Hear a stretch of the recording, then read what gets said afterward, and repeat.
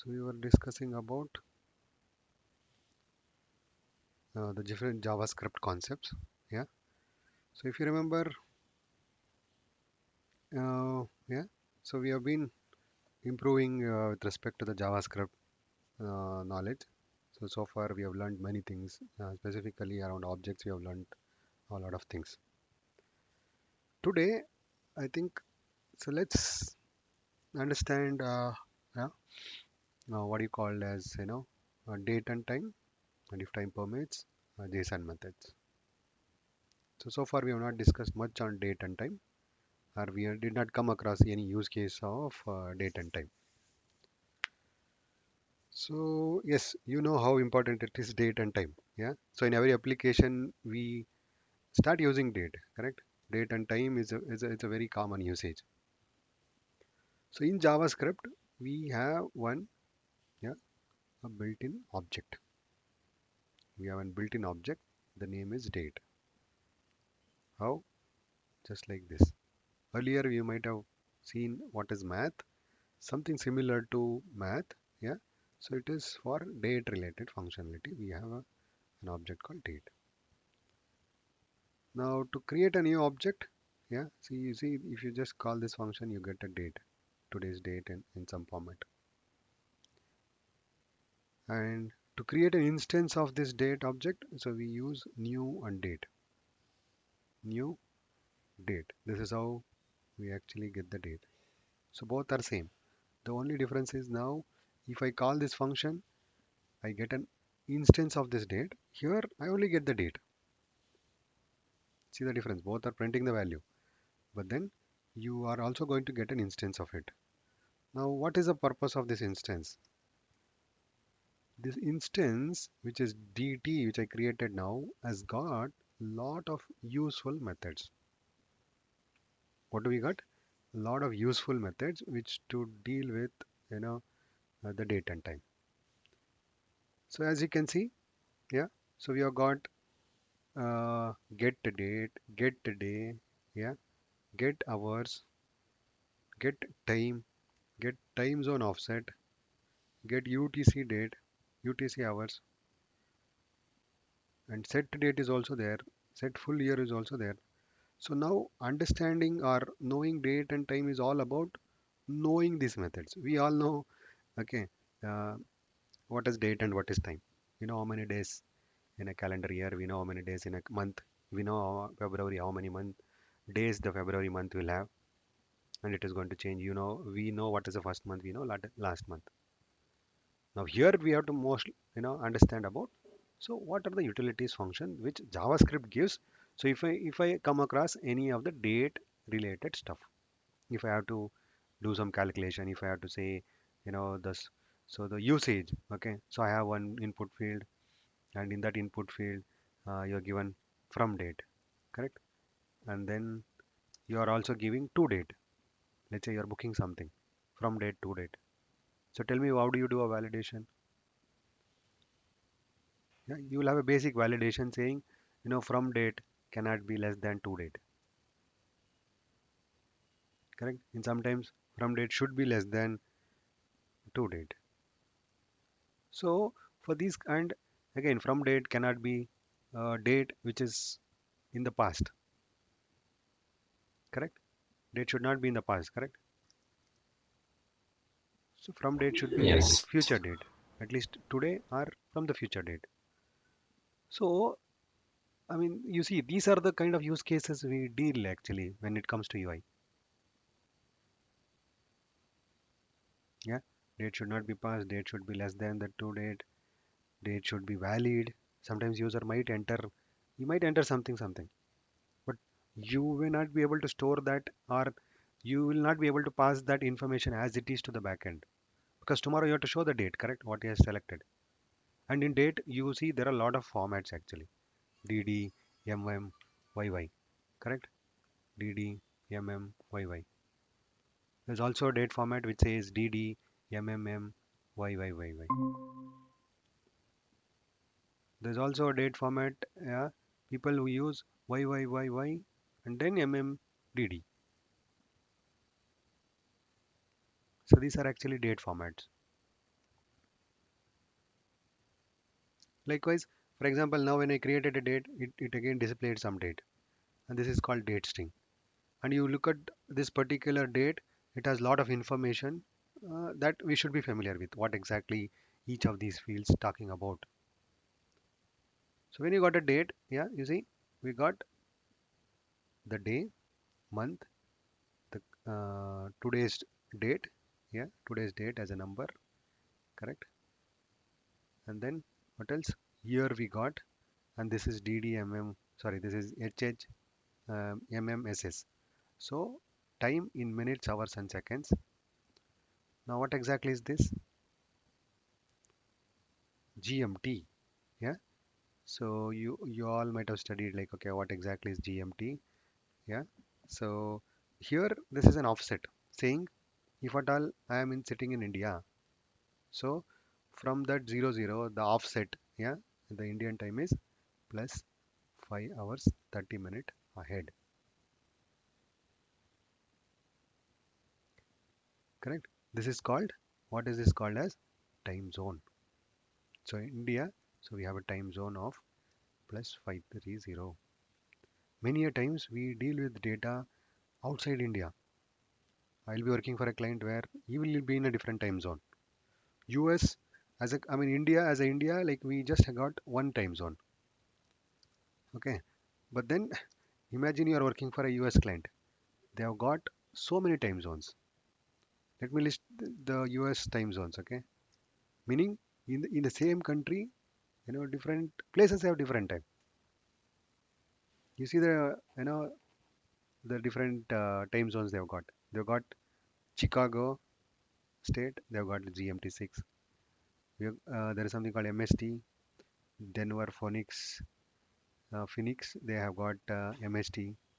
So you see, in that particular country, now it is different time in a different state.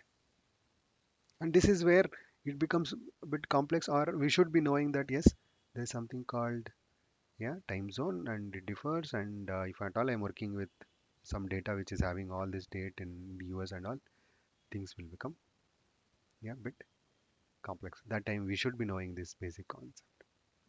Yeah, we are a bit lucky if at all you are dealing with Indian data, so you will not have much of headache. But let's say you end up in any project which has this, then you should be more, yeah, concerned, or you should take care of this also into consideration. You cannot just blindly convert into a date and just store it. Yeah, so I mean there is a lot of things to talk around, but I just gave you kind of an insight into what kind of scenarios we will generally deal with, or why we need to understand this. Yeah. So let's come back to JavaScript and see what are the different methods and utilities we have got. So you see, we use just this constructor, yeah, as a constructor function new date. We got an instance. But what if I want to create, or I want a date object of some past or future date, or I want a date object. For example, here they've given 2017-26. I've got a date now, but I would like to create an instance of this date, not the today's date. If I don't give anything, it will give me today's date and time. But I want some date in the past or some date in the future. So you have an option to pass in date string. Again, not everything will be date string. Yeah. So yeah, it's like now they're using YYY Fine. After you create this object, you can actually use this get date method, which will actually give me 26. And dt.get month is something which you should be aware. So here in JavaScript, the month index starts from 0, which means January month. If you try to get the value, then it is 0, not 1. So the highest month is 11.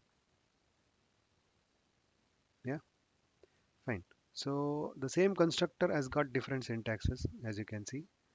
Yeah, you can also provide in a lengthy value like this directly, and you can see the syntax, seconds, millisecond, everything you can pass in. So this is also will be able to create an object. Yeah. So it accepts some standard set of formats. You can check in what all is actually allowed. So they're saying there is a function called date.parse which can actually will tell you like to extract, yeah, to extract like we have a date, a valid date or not.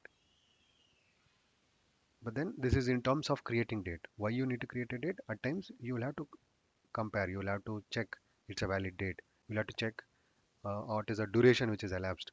Is it allowed, not allowed? So all sort of things. So you will come across you know creating a date object, and from the date object you will actually end up using some of this method. For example, I need to do a get hours, which is 0 now, because here they passed it as 0. Sometimes I need to update this date also. Yeah, correct. So all getters are there. You see there are get month, time, get time zone offset. For example, if this, so you see this is created with minus 330, yeah, which is a different offset, yeah, time zone value. So hours Indian IST, and if you check your system, okay, I think we have got, we have got so many time zones. Let me show you those numbers also so that you can remember like see ours is 530 plus 530, but then the list is big. You can see we have got minus 12, 11, 10. Yeah, see these are the different time zones, right? So fine. Now apart from the getters, I said it is also possible to set, yeah, you can set the date, meaning I've got a current date object, but I would like to set it to something. Yeah, let's say I would like to set it to 4. Then you see date, yeah, uh, it has now become Jan 4. Earlier it was Jan 1st. Same way we can even set the month also. dt dot set month. And during the month setting, so you remember now the month index starts from 0. So let's say if I set 11, then that is December. Now check dt, it is, yeah, December 4, 2021. And accordingly that day is Sunday. December 4th is Sunday, January 4th is Tuesday. Now same way we'll be able to get set hours, set second, set minutes. This is completely based on use case. So let's say you want to set year 2025. Let's see what happens now. Now you got dt as date, which is December 4, 2025. So likewise, these function help me modify the date. User might have given some date. I would like to modify it. Yeah, yeah. You see, these are the different method: get hours, get minute, get seconds. Uh, there's also something called full year and just a year. I think that is full year will give you full date, full 20, 4 digits. Let's say get year will only give you 2. Oh no, okay, no, it's not giving me. No, I think this is not the valid to give. I forgot what exactly this just a year is going to give. Uh, yeah, I think we'll have it here. Mm, no worries. We can see that. So with this, I think you're getting okay.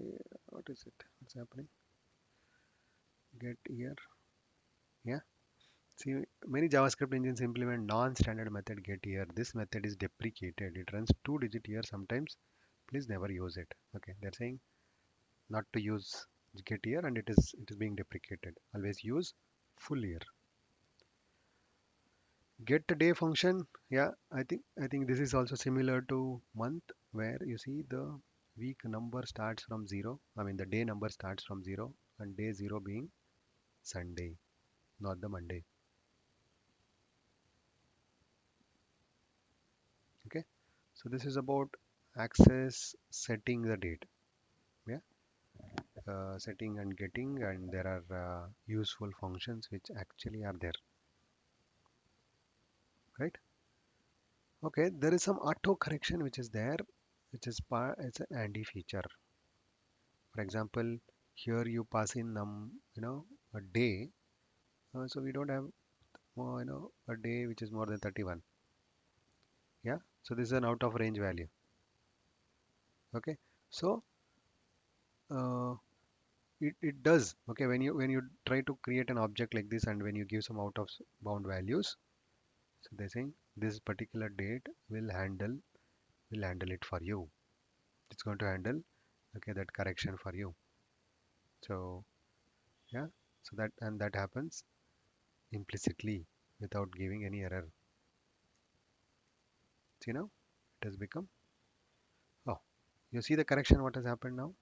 Though you said it is 0, it is now the month has become 1, because 32 you said, the 31 is January, and then the next month is actually Feb. So it has gone to Feb first. Yeah. So this is a some feature, auto correction feature, which is built within the data object itself. Okay. So very less in use. Let's say you made a mistake or you intentionally want to use, that feature is available. Now the next thing is, I think, you know, date to number. Yeah. So this is one representation. We call it as timestamp. What do we call it as? Timestamp. You might have heard this word timestamp. Okay. So at times, we'll have to, especially this is used for comparisons, which is good actually. Yeah. So what it simply means is, now you said you created a date object, but you say plus a date plus a dt. Yeah. Plus a dt. What is happening? So it's giving you a purely numerical representation of the date. This is date, and I can use this, and I can convert back to the date. Getting what I'm saying? I can convert back to the date. Let me see if this allowed here. Yeah. See what is it? Earlier we had date, and then we converted it to number, and from that number I am converting back to the date. So it is possible, and this number is called time stamp. Okay. So very important. I think this representation is also used especially for storing. Yeah. Many a time we communicate with backend, we store data into the database and all. Okay, so that time I think this timestamp format is a bit commonly used, and this also can help me comparing the dates easily, because I have a number, correct? I have a number. Now let's say I get new date, and then so this will give me a new date, but I want to convert into a timestamp. You see now it gives me a different timestamp. Yeah, it gives me a new different timestamp. Can I use it for comparison? Just a second, because I got a value which is less than what is here, at least in terms of looking at it. Yeah, so this returns a timestamp. It is almost equal to getting time. Okay, so this they are saying there is another way to get this timestamp using a get time. This value, what we got is exactly the get time. So it is a unique value. This time is a very unique value. It will never repeat. You can sometimes, you can use this for some random IDs also, because this is going to be a unique time. All right. Now, yeah, if you want a reliable benchmark of CPU hungry function, we should be careful. These two functions, calculate the difference between two dates. Which one is faster? Yeah.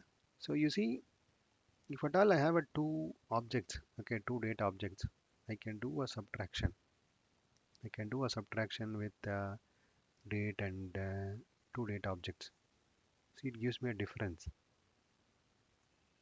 Yeah, it gives me a difference. Okay, whether which one is greater and which one is less. So I'll be able to understand from this. See, I can do a subtraction like this. Now with this value, we'll be able to understand which one is which one is later, which one is greater actually. Yeah, subtracting, finding the difference. It is also they're saying it is possible.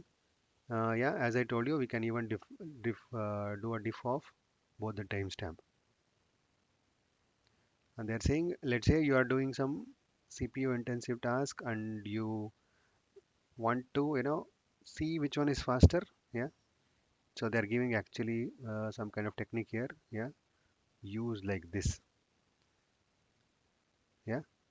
Uh, and they're saying this method, especially calculating using get time, is much faster than doing a direct subtraction. So they're just doing some benchmarking, which means they're executing both the function for almost like you see 1 lakh times. Yeah, in a loop they're executing and they're just checking how much these two are taking. Yeah. So for more reliable benchmarking, the whole pack of benchmarks should be rerun multiple times. I mean, don't just do it once and then say that this is done. No, you will have to run multiple times, and then that is how you can actually uh, get to know, okay, which one is fast and which one is late. Okay, so while we are talking about benchmarking and all, I just got one more concept to tell you. So we also got as what is called as console dot, okay, time. What is it? Console dot time. There is one very useful function actually. Let's say I would like to measure how much time my function is going to take. Yeah. So let's see how I'll show you. Okay, I've written a function add, and then nothing it is doing. I'll just do a simple for loop for let I is equal to 0, I less than 100, I plus plus. Now here I would like to measure how much this for loop is taking. This is doing nothing. Yeah, this function is not doing anything at all. So I'll just leave it as an empty for loop only for now. I just want to measure the time. So now my question is, how do I measure how much time this add function took? How do I measure but this is what is its execution time. For that, now I'm telling you some useful utility. I think this can help you at times when you want to do. So for that, we use a function called console.time. Now the time, it takes some label, okay?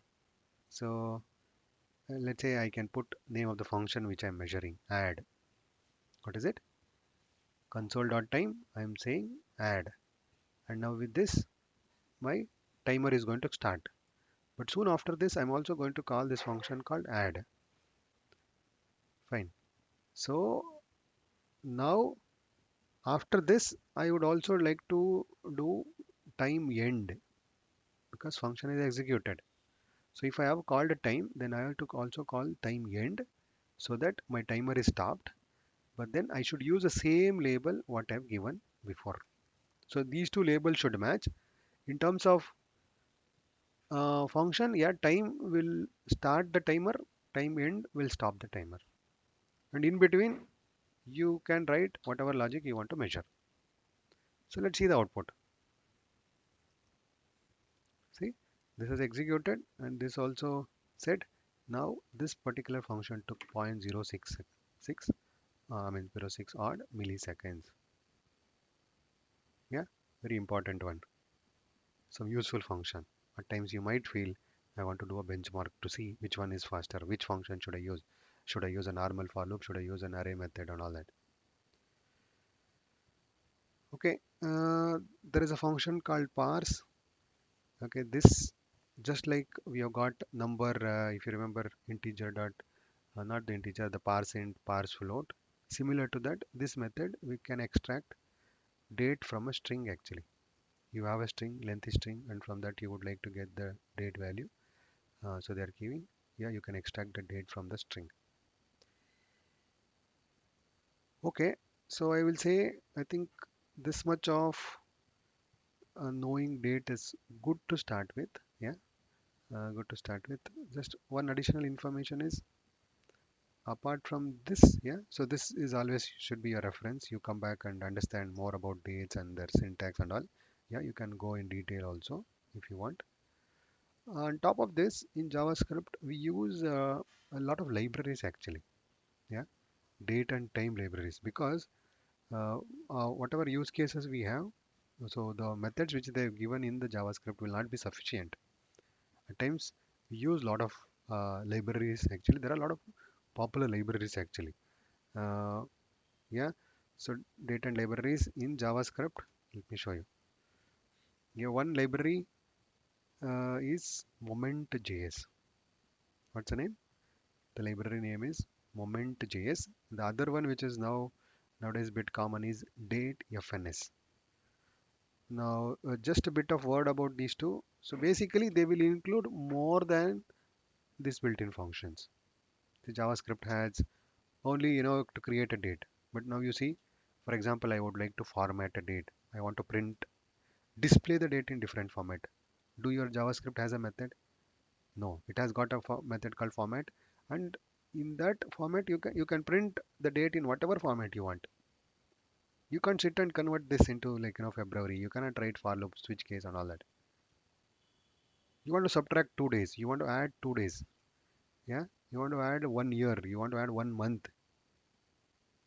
So all that is actually a bit tedious if at all I have to do it on my own. For those kind of tasks, yeah, we come across these libraries. Yeah, both Moment as well as date FNS. Yeah, they are all purely JavaScript libraries. And for such a task, yeah, it is better to use these libraries. And in your projects, let's say you're working on React or anything, some of these will be already used by some other libraries, meaning they are already readily available for you. You don't need to do anything. You can start using rather than using a plain JavaScript function. Okay, I think that is it for now in terms of understanding date.